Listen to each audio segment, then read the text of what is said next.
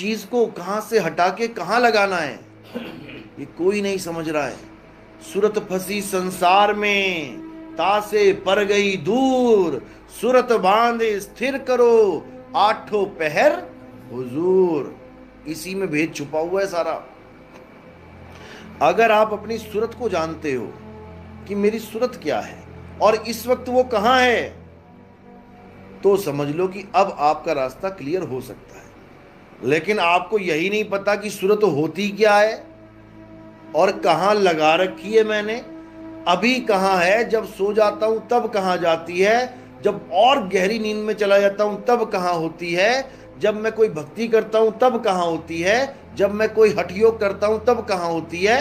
अगर ये चीज आपको पता है तब तो समझो आपको आगे का ज्ञान मिल सकता है। लेकिन आपको यही नहीं पता कि सूरत होती क्या है, तो आपको कुछ पता नहीं, सब जीवन बर्बाद हो जाएगा। सारा खेल सूरत का है। इस बॉडी को चला कौन रहा है? सूरत चला रही है। आत्मा तो सबके पास है। कोई कहे मैं आत्मा की वजह से जीवित हूं, तो फिर मर कैसे जाता है? आत्मा तो सदा साथ है, मर कैसे गया? सूरत साथ छोड़ जाती है उसका। इस सूरत की वजह से आप चल रहे हो। अभी यहां बैठे हो, लेकिन ध्यान में क्या है? अरे भैंस का दूध निकालना है यार। तो सूरत कहां है? अभी भैंस के पास पहुंच गई वो, तुम यहीं बैठे रह गए। टीचर कहता ना बच्चे को, सुरत किथे तेरी, क्या पढ़ाया मैं दस? फिर बच्चा कहता है गुरुजी मैंने एक बार होर दस दो जी, मैं कुछ सोच रहा सी। यानी जहां तुम सोच रहे हो सूरत वहां चली गई तुम्हारी। इसी प्रकार ये पूरे ब्रह्मांड में घूम रही है। सूरत फंसी संसार में, तासे पर गई दूर, सूरत बांध स्थिर करो। कहां करो? कहां करें स्थिर? पत्थरों में, नदियों में, नालों में, मंदिरों में, मस्जिदों में, गुरुद्वारों में, फोटो में। फोटो में स्थिर कर ली तो छिपकली बन के रहना पड़ेगा फोटो के पीछे। पुरानी फोटो हिलाओ, क्या निकलता है बीच में से? छिपकलियां भागती हैं, 2 4 5 इधर से उधर से। वहां पे भी स्थिर नहीं करना है।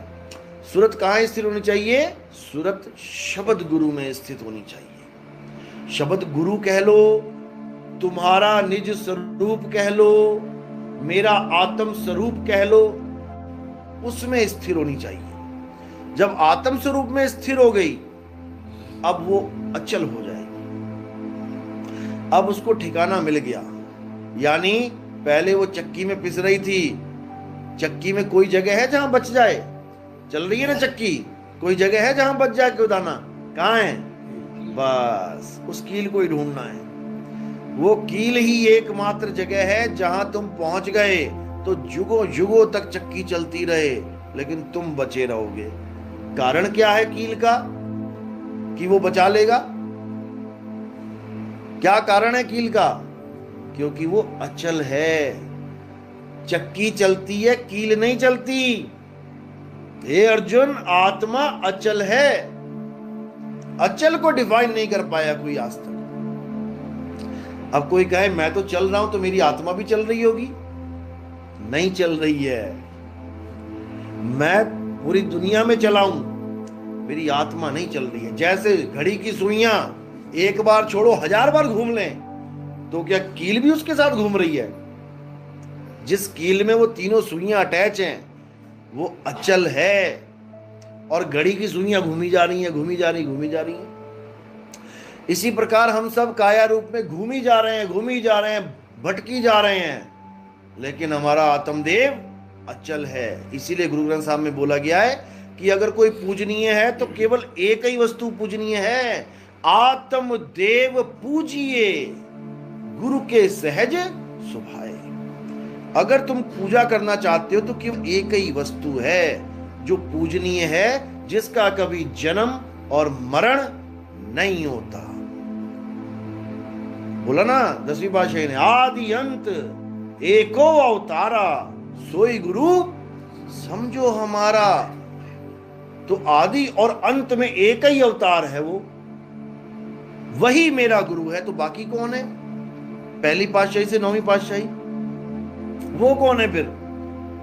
अगर हमारा एक ही गुरु है जो आदि अंत एको अवतारा, तो पहली पातशाही से 9वीं पातशाही तक वो लोग कौन है? कौन है वो लोग?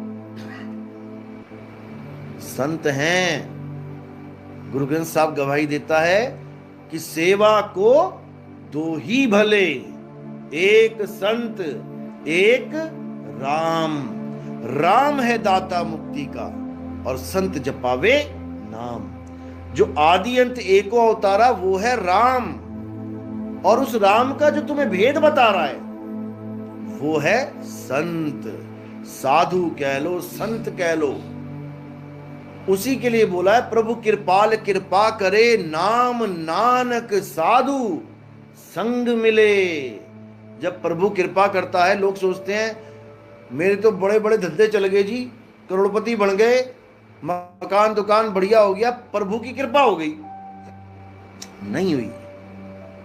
ये माया की कृपा है भाई, ये माया की कृपा है। 1 मंजिल से 10 मंजिल बन गया, माया ने कृपा की है। अगर ये प्रभु की कृपा होती तो रविदास जी का भी बन जाता। रविदास जी से ज्यादा तो प्रभु को नहीं जान पाए ना कोई बिजनेसमैन। तो बिजनेसमैन तो 1 तल्ले से 10 तल्ले बना लिए, और रविदास जी रह गए एक झोपड़ी में। तो फिर तो प्रभु की कृपा रविदास जी पे कम हुई, कबीर साहब पे कम हुई, सब संतों पे कम हुई, बिजनेसमैन पे ज्यादा हो गई। बिल्कुल गलत है। ये कृपा है माया की। हमने ये डिजाइन बना लिया अपने दिमाग में कि अगर मेरे घर में सब ठीक चल रहा है, मेरा धंधा बढ़िया चल रहा है, दुकान मकान सब बढ़िया चल रहा है, तो प्रभु दयाल हुआ पड़ा है। बिल्कुल गलत है। प्रभु दयाल हुए का मतलब है प्रभु कृपाल कृपा करे, नाम नानक साधु संग मिले। जब तुम्हें कोई संत मिले, साधु मिले, और तुम्हें नाम की महिमा समझा दे, अब समझो कि प्रभु कृपाल दया कर गया हम पे, क्योंकि अब हमें वो कैदी से, इस कैद से छुड़वा देगा। अब हमें वो कैदी नहीं रहने देगा। जेल में कैदी कितना ही अमीर हो जाए, है तो कैदी। एक दिन मौत होएगी उसकी, एक दिन फांसी पे चढ़ना पड़ेगा, सारा जितना इंतजाम किया वो वहीं छूट जाएगा जेल में। उसका क्या फायदा? 50 करोड़ रुपए मेरे पड़ोसी के पास थे, मैंने बिजनेस किया, उसका सारा पैसा मेरे पास आ गया, जिसमें से 1 लाख में खर्च पाया, बाकी सारा वहीं का वहीं रह गया। तो मैंने क्या कमाया? मात्र 1 लाख रुपया।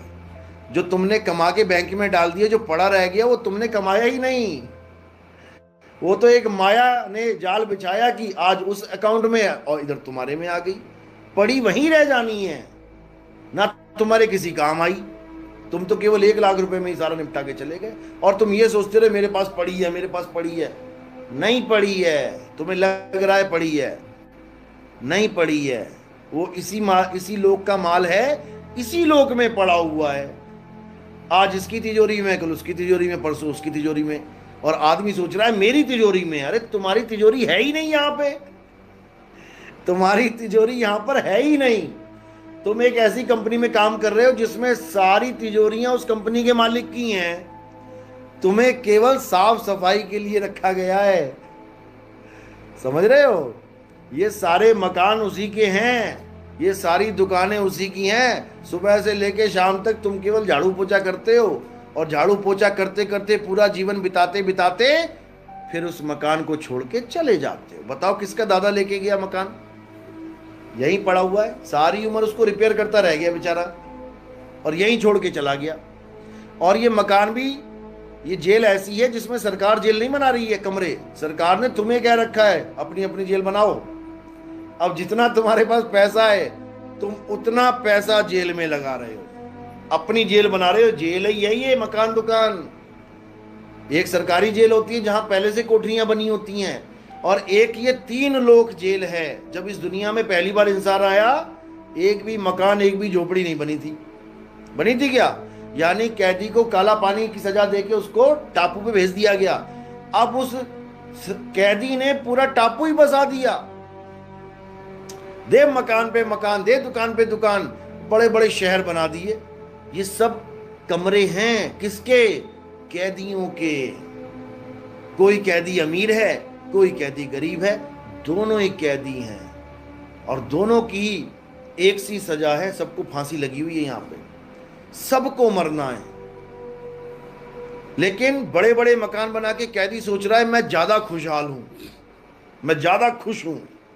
बिल्कुल नहीं है। नानक दुखिया सब संसार, और सुखी सोई जो नाम आधार। नाम आधार मतलब जो राम राम कर रहा है, जो ओम नमः भगवते वासुदेव कर रहा है, जो वाहिगुरु वाहिगुरु कर रहा है, वो क्या सुखी है? सुखी नहीं है भाई। सुखी वो है जिसके पास इस जेल से निकलने की चाबी है, क्योंकि नाम ही चाबी है। बिन नामे जग कमला फिरे, गुरमुख नदरी आया। यानी सारी दुनिया नाम के बिना पागल हुई पड़ी है, पागल बनी पड़ी है। वो सोच रही है जो नाम मैं ले रहा हूं परमात्मा, कभी नहीं होगी, क्योंकि हम गलती से 52 अक्षरी नाम को परमात्मा का नाम मान बैठे हैं। जब इंसान नहीं आया था तो कौन सा नाम था परमात्मा का? किसने बनाया? जब इस दुनिया में इंसान नहीं आया था सारे जानवर थे। क्या किसी ने परमात्मा का नाम बनाया? या इंसान चला जाए आज अगर, तो ये 184 जून है, ये परमात्मा का नाम बना सकती है? हिंदी में, पंजाबी में, उर्दू में बना सकती है क्या? क्या कुत्ते ने आज तक बताया कि मेरा परमात्मा कौन है? मैं हिंदू हूं कि मुसलमान हूं कि सिख की ईसाई? गाय बैल बकरी ने बताया कि मैं किस भगवान को मानती हूं, मैं किस धर्म की हूं? ये रोग केवल इंसान को लगा है, 52 अक्षरी रोग। इसी रोग को काटने के लिए कबीर साहब आते हैं। गुरु ग्रंथ साहब में क्या बोला उन्होंने? 52 अक्षर लोक त्रय, सब कुछ इन्हीं माही, और ये आखर खिर जाएंगे, वो आखर इनमें नहीं। ये रोग है, ये 52 अक्षरी रोग लगा बैठे हैं हम लोग।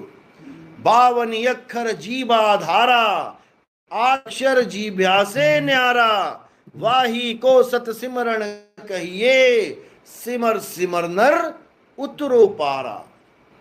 ये रोग लगा है हमें, वाहेगुरु वाहेगुरु, राम राम, अल्लाह अल्लाह, गॉड गॉड, कबीर कबीर, सब 52 अक्षर हैं। ये अक्षरों को जप रहे हैं हम लोग, और हमें लग रहा है कि हमारी मुक्ति हो जाएगी।